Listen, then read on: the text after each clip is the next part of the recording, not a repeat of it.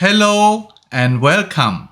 I am Phalla from khmertutor.com. Today you will learn one of Khmer consonant Jo. Jo has solid sound J. Here are some examples.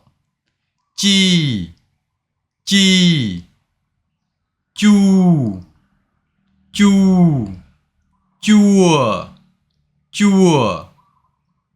U chia đâm chỉ chia chùa.